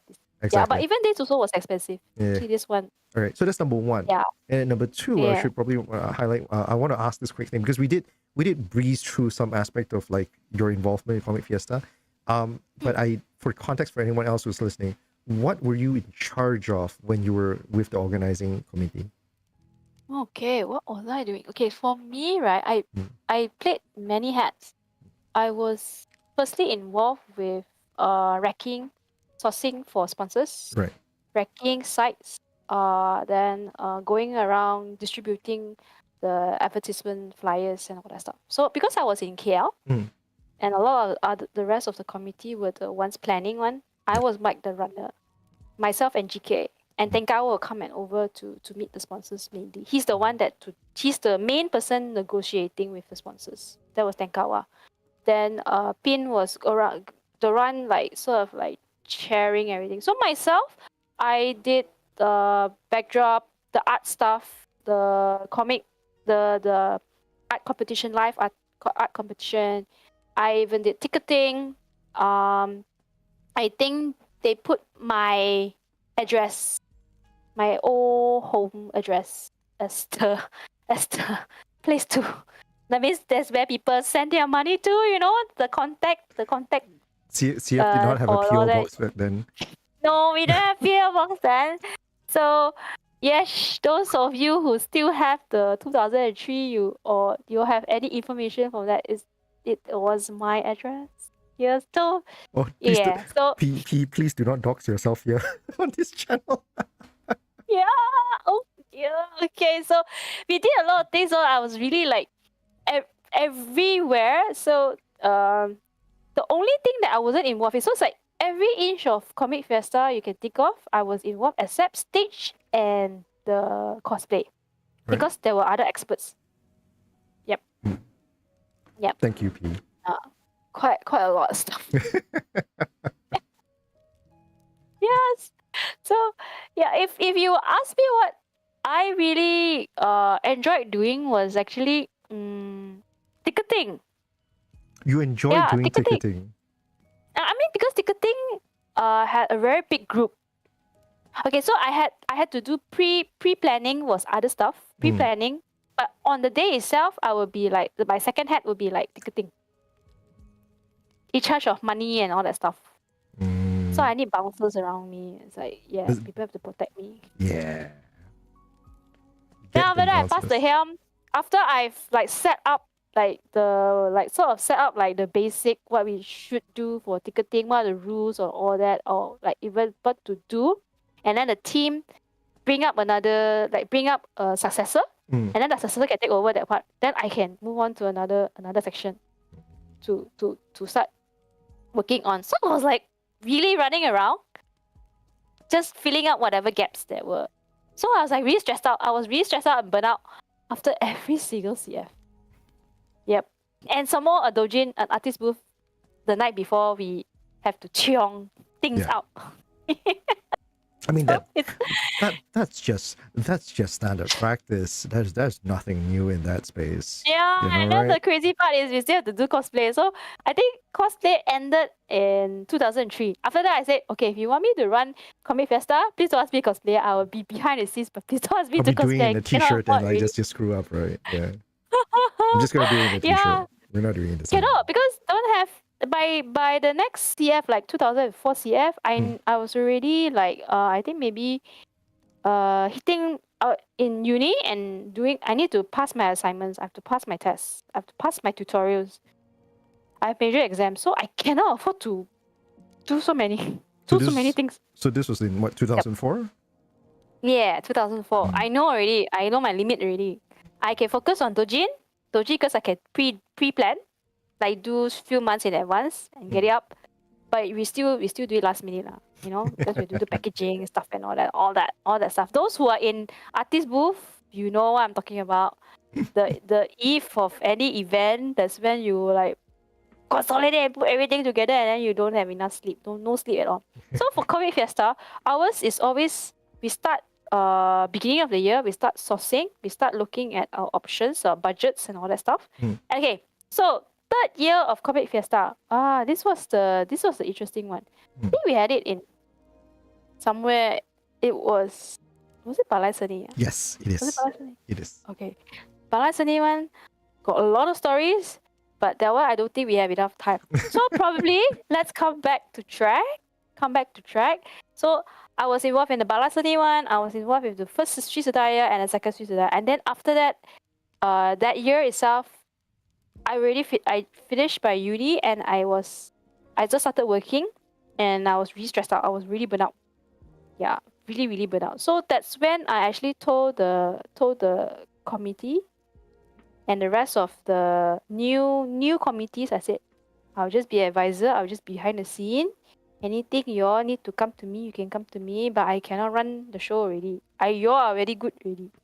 Okay. So after that, I continued, like I didn't stop supporting Comic Fiesta. I went for every single Comic Fiesta. It's just that I wasn't in the committee anymore. I actually didn't sign up for so many years of voluntary services. Worse than NS. Okay? Really worse than NS. Okay? CF is the National original service. NS. CF is the original NS.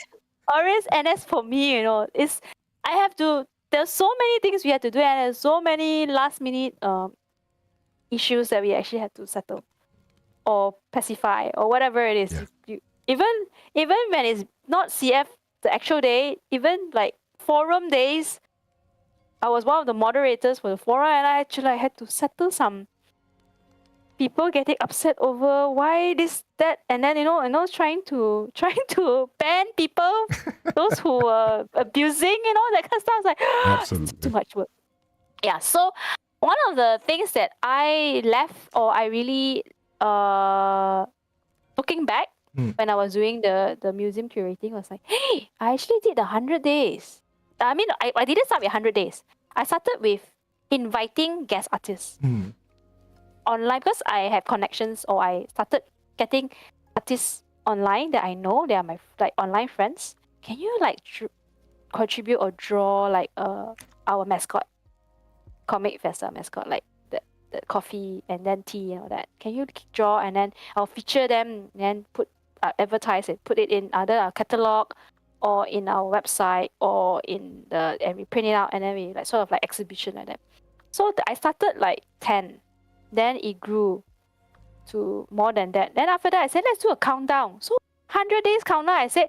So I asked, we put slots out. I remember having slots available, and people, all the artists, because I'm trying to, my whole intention, I think for me, my role mainly in Comic Fiesta, or what I see myself doing, is push the art industry or the comic and art, the creative industry. So I want to encourage more people and then more exposure for people to come in and draw and fill in their all that stuff. So it started with 100 days. I remember had to beg people to draw last time. Then now it's people are fighting for slots, or more really voluntary, wanting to just draw Comic Fiesta's mascots.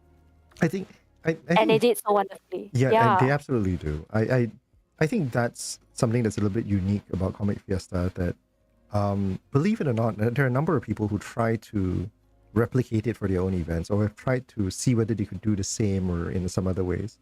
I think there's some aspect of what CF does till today that is based on a lot of goodwill that I think you and the original OGs have sort of seeded in the earlier days. There's a level of sincerity that is true for Comic Fiesta that is not true of a lot of other events that have come since then, that seem to be, I mean, for lack of a better term, and I do apologize to these other events, I'm not saying that you guys are at fault or anything. I mean, they probably have different priorities. Right, exactly. Yes.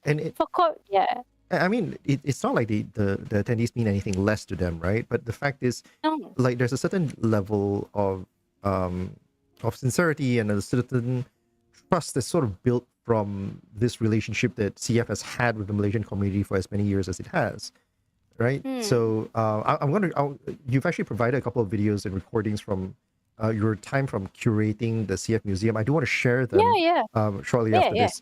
But it's important to recognize that CF has been around for 20 years, right? And you were there for the first 4 or 5, and you're a mother now, and I think all of us, we know how important it is these initial 4 or 5 years can be to the formation of anything, right? The formative years of something.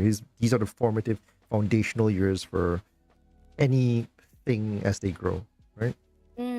So you were there, and I think some of the stories that you've shared, I do want to go more in detail, but as you said, for those who have followed me before and followed this channel for these shows, we can actually go on for quite a while.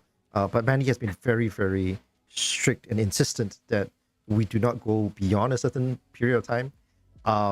We've negotiated this.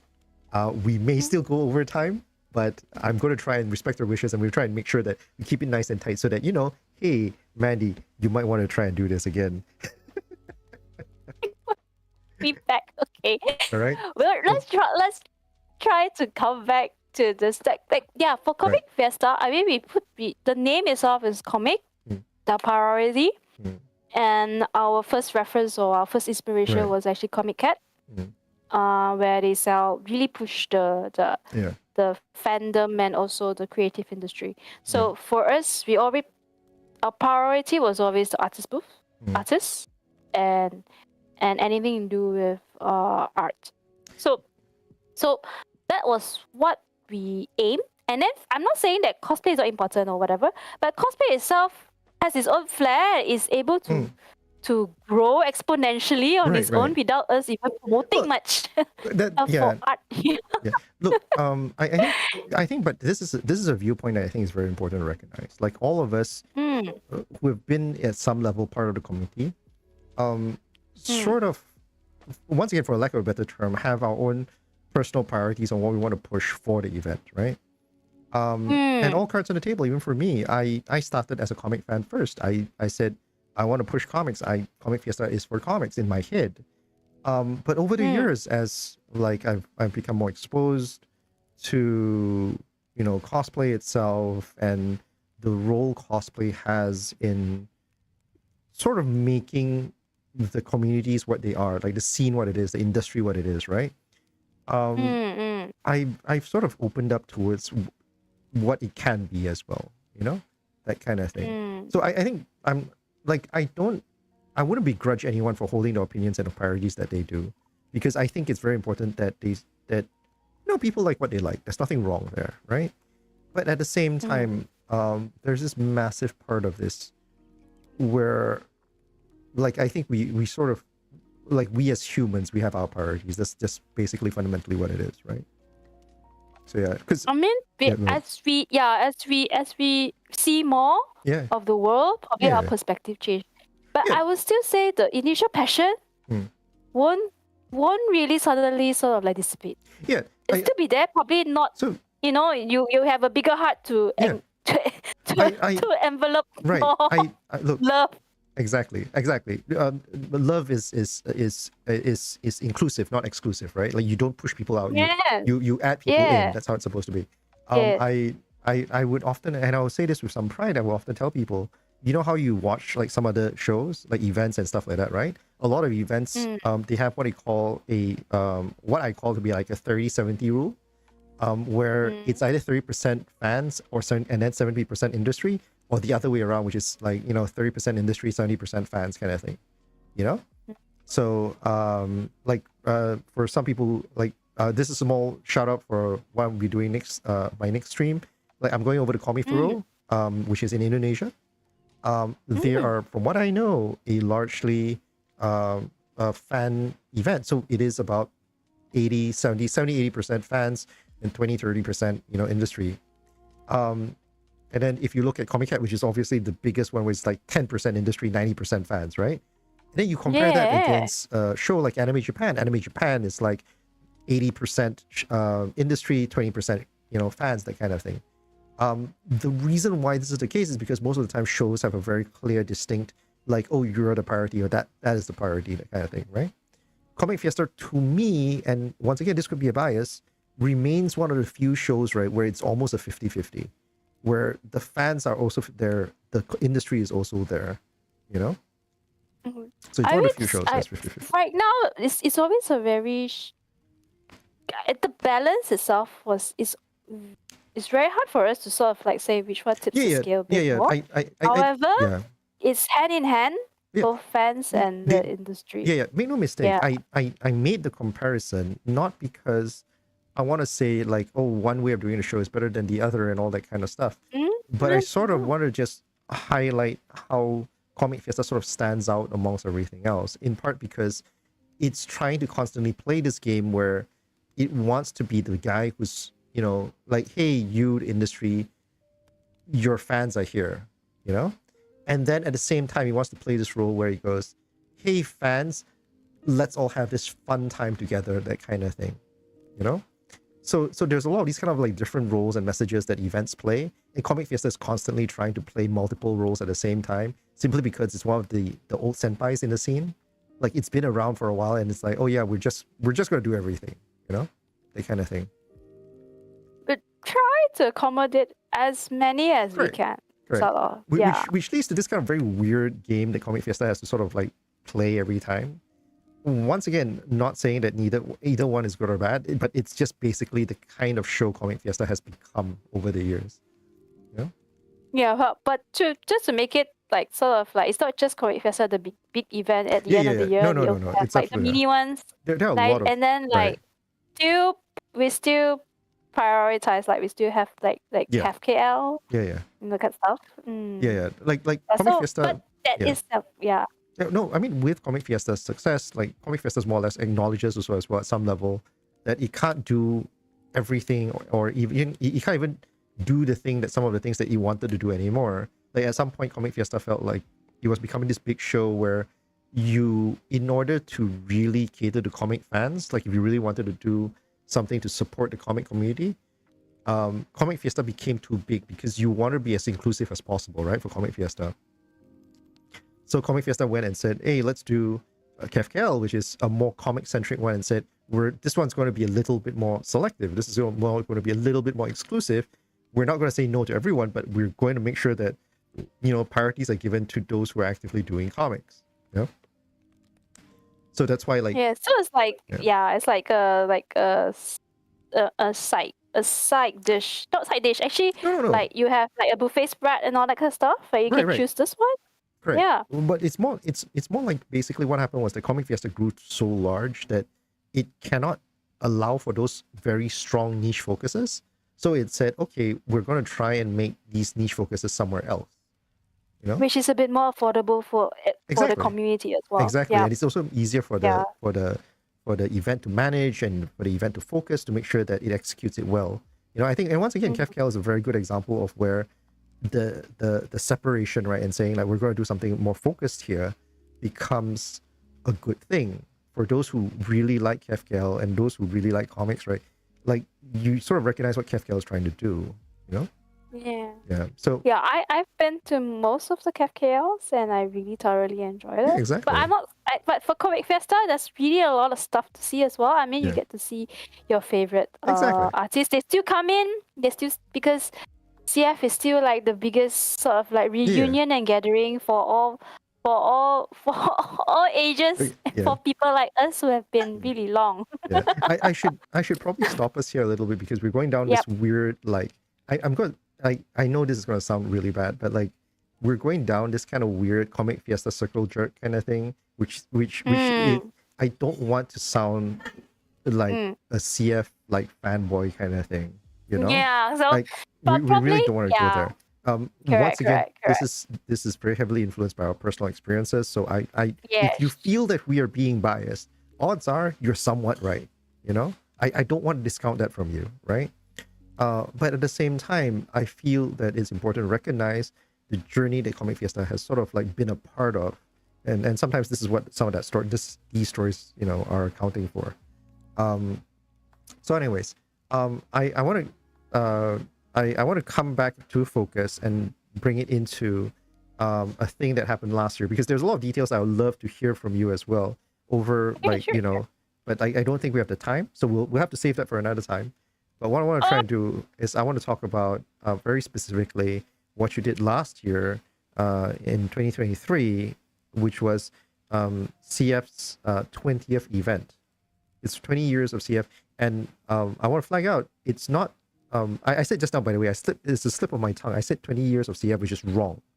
Because there were 2 years of COVID that CF wasn't organized.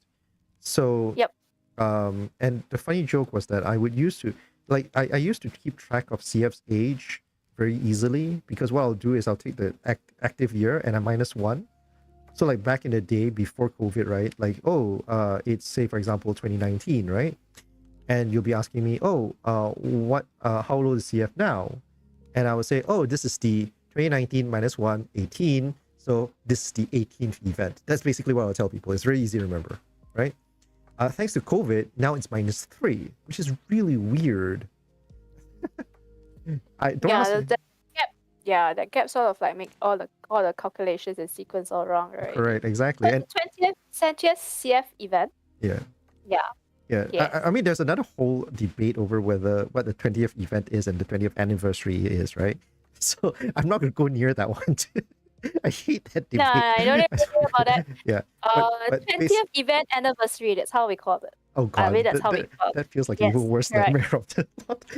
Because we just, like you said, we are very inclusive, so we just put everything together. So then there is nobody who want to Okay, misjudge not or not going near misinterpret. that anyway. But yeah, so basically what happened was last year was the 20th event for Comic Fiesta.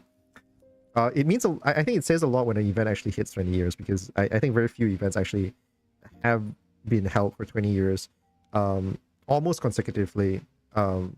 Had it not once again almost consecutively because thank you COVID. But we did a lot of things. Yeah, so a lot of things. Yeah, so let's get let's back talk about to museum. I think So tell us how the museum came about. I don't want to. Okay, tell us how the museum came about, and let's look at the videos that you've shared because I think that's the part that's really important. Okay. Will you be able to like pause some of the places if you want? We'll try to. As long as you're willing to stay, we can do it. Like so, it's a 20th event. Yep. So let's go about how it happened first. Let's talk about really quickly. Okay, how it happened this came first. about. Okay, so there's always milestones for Comic Fiesta. So there's the 5th anniversary, the 5th anniversary, the 10th anniversary, 15. We go by 5 every 5 years. Every 5 years. So the 20th one was supposed to happen. It was COVID, and so we had a delay telecast for everything. So for the 20th one, actually this one was planned in 20. Already had ideas in 2019. We already had ideas for 2019, and execution couldn't happen yet, but it was already in like the ideas and pipeline. It's like we want to do something where we can feature the Comic Fiesta through the years. So this is the top. Are you showing the top view? Yes, I'm showing the top view right now. Top view of that space that we managed to get for the museum, which is the other side of the wall is the 100 days art, and then Kopitiam is just on our left. Okay, so here I try to gather as many artifacts or relics back in the olden days until now. So probably Jared can sort of like hit the video there. I can sort of like talk about what other stuff that. Let's do that then. Yeah, so we wanted to really bring back memories of Comic Fiesta or what happened. Too many things has forgotten and lost. So this is what we call the time machine. This was where we put in all the digital archive stuff. And then we also put in our forum. We revived the forum just for viewers to go in and have a look how it was back then. Yeah, the time machine. We even have a CRT monitor purposely. Yeah, the curators purposely went and hunt for a CRT. CRT monitor that's still working, we can hook it up. I should probably highlight like how like the refresh rate is not a gimmick. Like it's not something that is just artificially added in. This is actually an active like refresh rate that's just recorded by your handphone. Yes, correct. So we call it the time machine. So you go back into time and have a look at all the photos. They had photos, archives of all throughout the year of Comic Fiesta. All contributed by many people. Okay? Yep. So we can continue. So over here, the photo frames are all for the newspaper articles and all that were up. These were the name tags in the earlier years. We only started having name tags, I think, only much later, like after S.E.A. Okay, so these are the like what catalogs? Is it event booklets? I think the most universal line phrasing that I would choose to use is event guides. Okay, event guides. Yeah. All right. Or they call it booklet. No, because sometimes it's a booklet, sometimes it's something else, right? So. Yeah, they were experimenting a few different variations of it, and then after that, it just got a bit more consistent. It just stayed A5, and then everybody was happy with it. So it's like a collector's, like a memento. So these were like original flyers that we used. They were in the frames, and the first T-shirt that was designed and we sold. We actually made a lot of merchandises for us to sort of like earn enough money to cover some of the event stuff. So And then, yeah, you can see the crowd is really there building. So these are the actual newspaper articles that featured Comic Fiesta in the early days. I think we could put the years there. Yeah, so this was Zhongguopao, China Press. Oh, sorry. So yeah, so this is the first part of the video. You can see the second one. Okay, let's watch the second one, yeah? Yeah. So second one is like t-shirt prints. Back the first 10 years, the earlier t-shirt prints. Yeah. So it's like 209 and stuff. And then all this were all the postal, yeah. So this now we come to the timeline. Oh, this was very, it was really, really hard to try to get all the information up actually. So the earlier tags, earlier ticket tags, and then the featured a bit more t-shirt prints and all that stuff that we wanted people to have. These were all actual stuff, yeah. These were real. It's not duplicated, it's not replicated, and it belonged, and they all have owners. It all belonged to somebody. I actually had this, by the way, I had this drawstring pouch. Like, I lost mine. I lost mine, sadly. I'm really unhappy about that. I remember making it. I know, I was very surprised that I found mine inside a folder. Nice. Yes. And then we had a TV up to show all the old videos taken in the for whatever CF that we managed. That was not on the CRT. You know, it's not. This one is purely on the LCD screen or LED screen. So this was a timeline of all the 20th CF and the number of attendees, number of booths, and as well as where the venue where we had it. Okay. So basically this, yeah.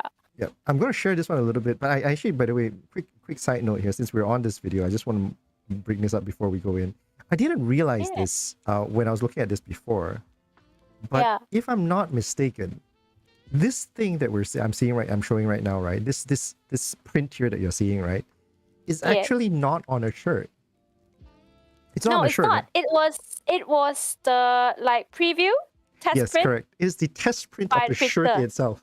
The one that was handed to CF, right, to test, like show like the sample of the final product before they went into production. So this is actually not a shirt one. This is not a final production one, but an actual like a sample from CF storeroom, I would assume. This one, it was really like sort of like kept very well. And I said, let's just feature this. I mean, nobody has this. This is the one and only. Yes, it's absolutely true.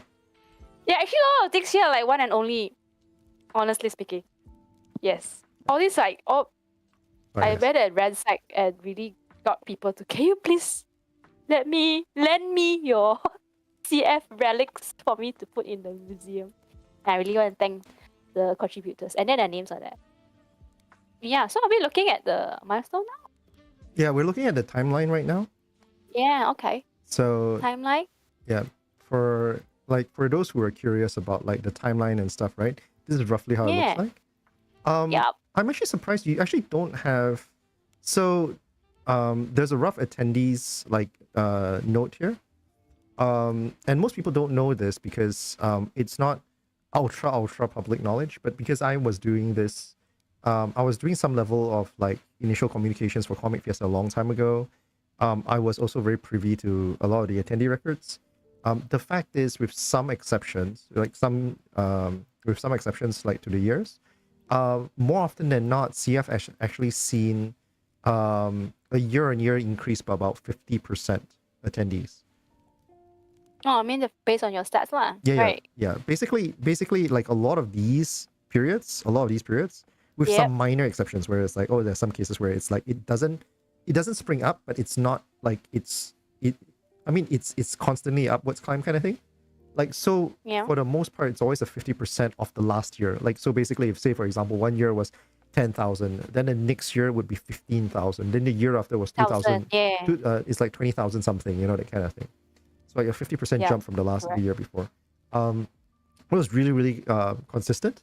And you can't see it immediately off these things. But like, it's something that, if you were paying attention, especially, it would become very apparent to you. Yeah, but we can see a very constant growth going up. So I think the top scale was the attendees, the bottom scale was probably the artist booths, number of artist booths. Okay, so that's something I wasn't aware of. That is something I'm not privy to. So on top is attendees. Okay, if you look at the the side axis. You can on the left. Okay, so like the 0, 10K, 60K is for the attendees. Number of attendees at bottom is number of artist booths. Artist booth artists. Yeah, art booth artists. So this showed. So we get to see like yeah. So this is quite a lot. If this is like this infographic was the the the person who worked behind this worked really hard, and her hand almost patah. Her hand almost patah. Okay, but I won't mention her name because she'll kill me. But no matter what, tributes. I just want to say kudos, and really, we worked this like throughout every midnight, trying to get this up. I was like getting all the information, and then she was like going through and putting it up and trying to getting it like the visuals up for this like this. So it was like really. So I said we have a 3-meter wall. Let's do something with it. And then the 3-meter water. There was a few backups. I had a few backup plans, and then we managed to get this banner up, this huge thing banner up, and then I really thank the people behind the scenes for this. So whatever information we managed to get, we didn't have a full information for every single year because it was really hard to try to recall. And and then you can see the earlier years the record was really poor. You can see there's a lot of blanks. It was just milestones like what we had, like the comicers. We had comicers thingy going in. Then we started having like premium booths, or we started in KLCC with how many, like the achievement, sort of like mini achievements, things going on there. So we just like put it in for people to like. And then one of the activities we did during the CF museum was like, hey, which was your first CF?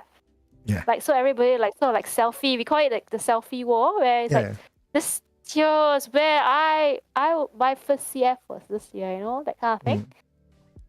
Yeah.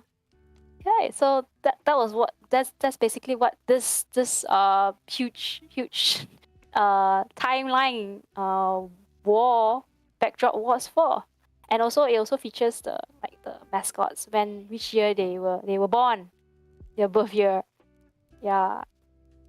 Okay. So of course there were some write-outs in the earlier years about tea, about coffee, Yin Yang, and then about Michael and all that, and me, So, but like there's a lot of room for like these are all the creative stuff that has been put in the sort of like I would say like I won't use IP, but I would say it's like the little flares, the little color and flavoring that we put in to sort of like bring Comic Fiesta to life, something like more relational. Yeah. So this is the milestone. We call it the milestone because we can see an upscale, and we'll probably reach another bottle cap. But we're thinking like, can we get extra cloud space above KLCC? Let's see how. Yeah.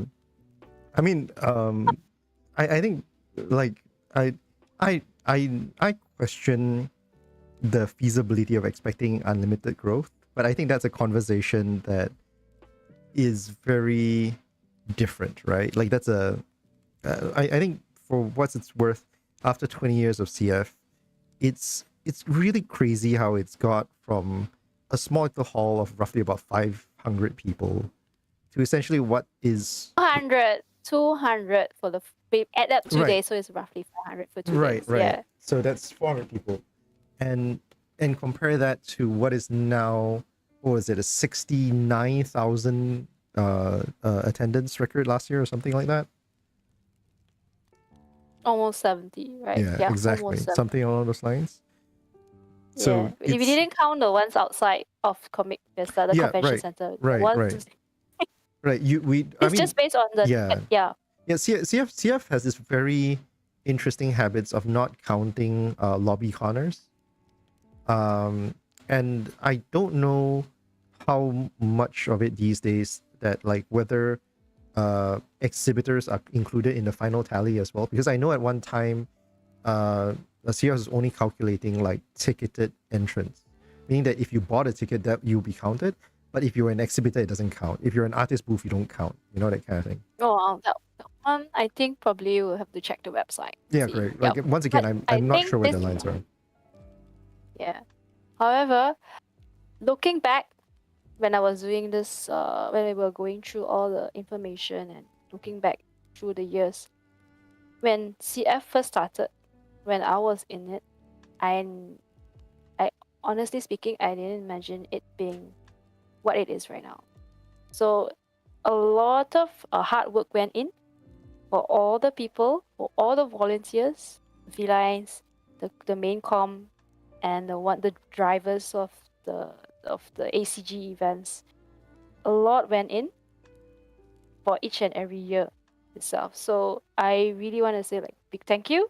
When I did this, I was just really overwhelmed with the the support and the hard work that everybody put in Yeah, grow this industry. Yeah. I think It's not just CF that yeah, I'm looking at the entire right, AC and the right, creative industry kind of thing. right, Yeah. exactly. So there are a lot of names that are unfortunately not being mentioned right now, but I do feel like I'm going to at least add a few more just very quickly, including uncomfortably as it is, people like what was the what was it what's the the merchandisers, the Taiwan merchandisers, and all the various retailers that have actively supported CF by providing prizes, by taking up booth space. You know, there was one time we were mentioning very casually Bashir, who is a art book, like their I think the right term is book distributor, and Okay. for amongst artists who are like drawing and stuff like that, they're the biggest providers for art books in at least in Malaysia and Singapore. Yes. And they were Yes. supporting CF for a very very Yeah. long time. They were huge supporters of CF. They would like, I remember for a time CF's biggest prizes were Bashir art books. You know, Yeah. Bashir art books. Oh, okay. Okay. Yeah. right? Yeah. So, and then I should also mention Wacom, who was supporting CF for a while too. They were Yeah. Really. providing, Really. Yeah. I really. Yes. right? Correct. We had a They were lot of. providing, especially during the early days when CF was really I small. know one academy as well. We had Correct, art schools which are still also correct. there. There was I also a mean, few years from still in Lingkot the Wing who was around and helping out yeah. CF as well. Correct. Saito was around and supporting CF as Yeah. well. KDU has always been a massive supporter of CF in more recent years, especially. Yeah. Yeah. Also Yeah. worth noting are people from MDEC and the government as well. I not to sound like some weird government lapdog or anything, but hey, CF has received some government support. I'm not saying government aid, yeah, mind you. I'm very selective with this choice of terms.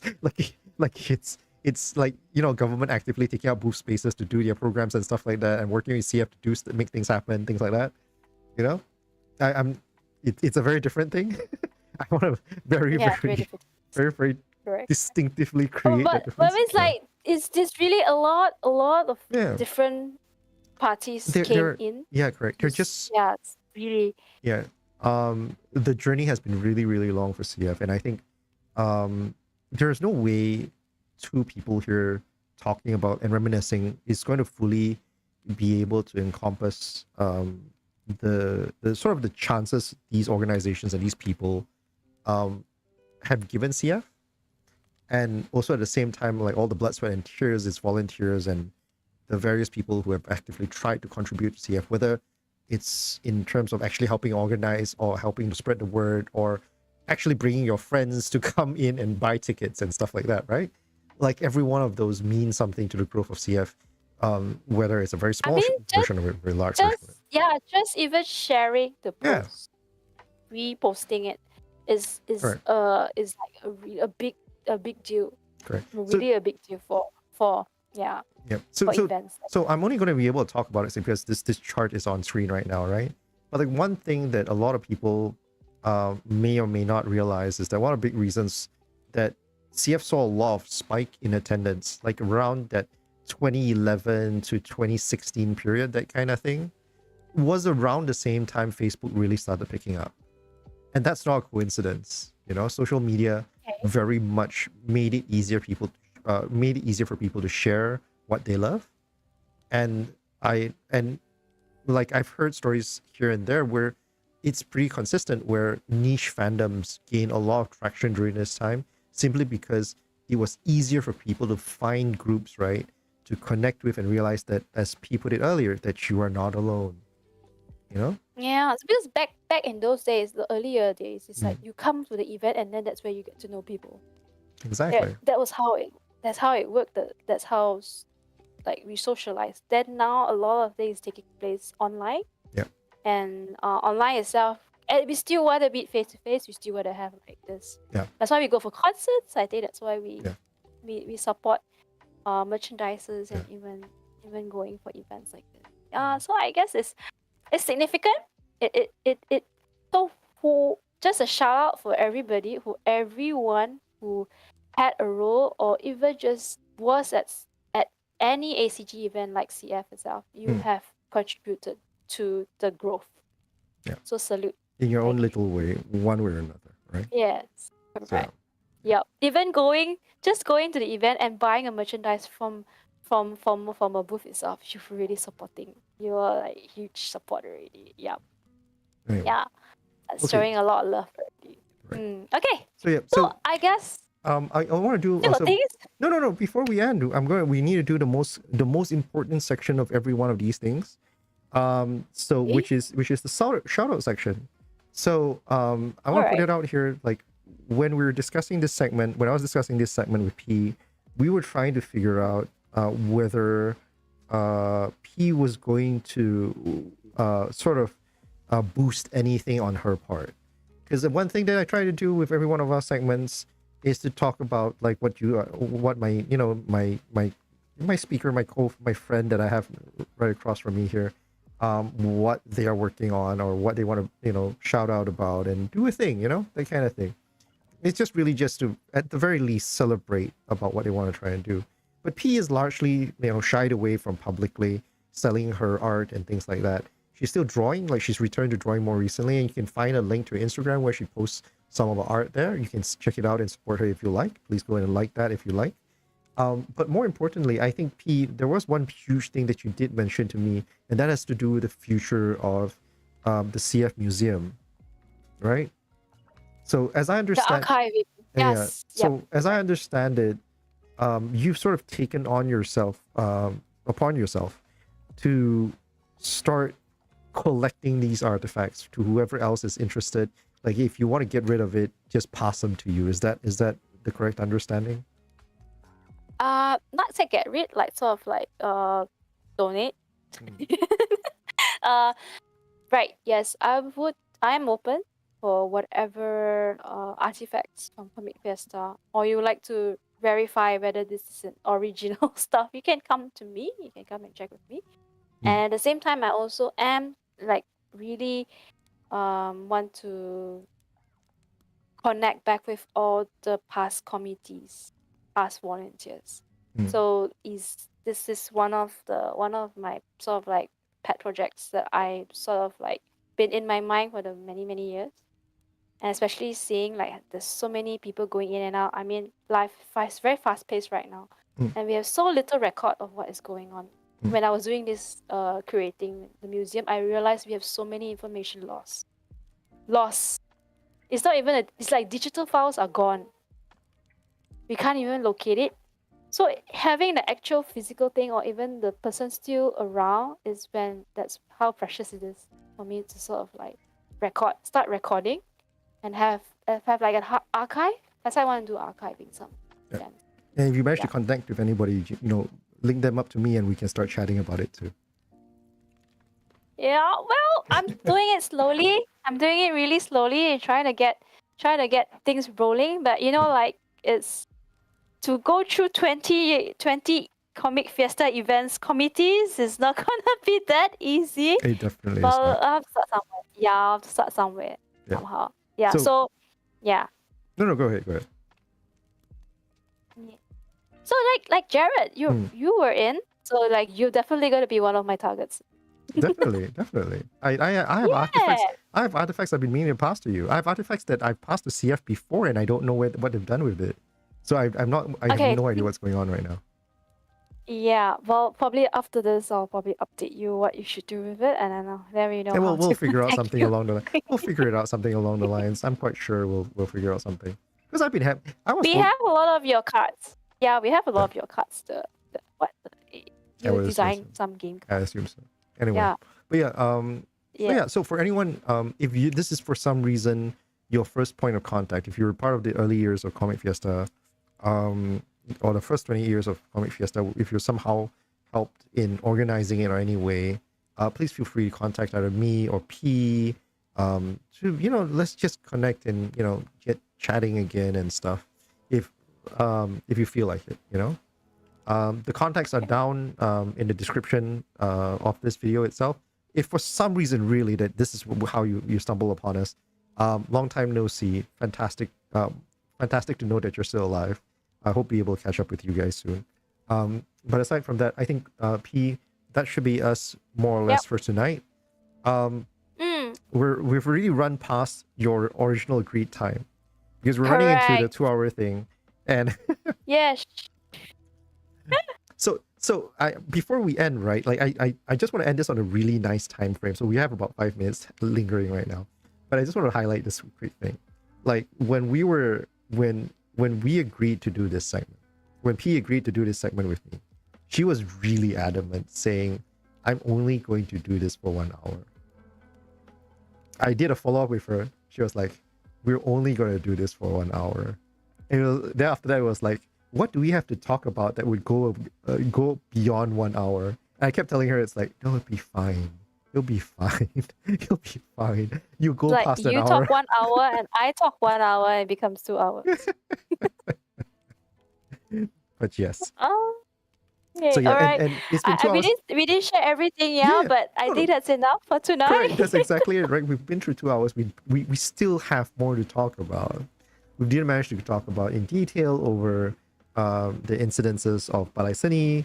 I actually am very curious about what you can remember, because I was helping out during that year as well, and there's a lot of stories that I am curious about, like from the other people who are technically my colleagues at the time, which strangely enough, it's been just too long. I really just don't remember how some of the conversations went since then. So yeah. So Balai Seni was really epic. It was really epic. It was weird. Only one word, epic. It was weird. Yeah. Yes. Yeah. Anyways, but yes. So yeah, we didn't manage to cover everything. I do hope we'll get a chance to do this again soon. At least someday. Yeah. But Mandy, thank you very much. I hope you had a wonderful time. For everyone else for everyone else who's been with us all this time, thank you very much for sticking with us for the full 2 hours and something minutes. I hope you had a wonderful time sitting in with us. I hope you have a wonderful weekend ahead of you. For now, I guess that's it from the both of us. Yeah. Right. Good night. Yay. Good night, everyone. Oh god, I need to change screen. Oh no, I did not prepare this. Whoops.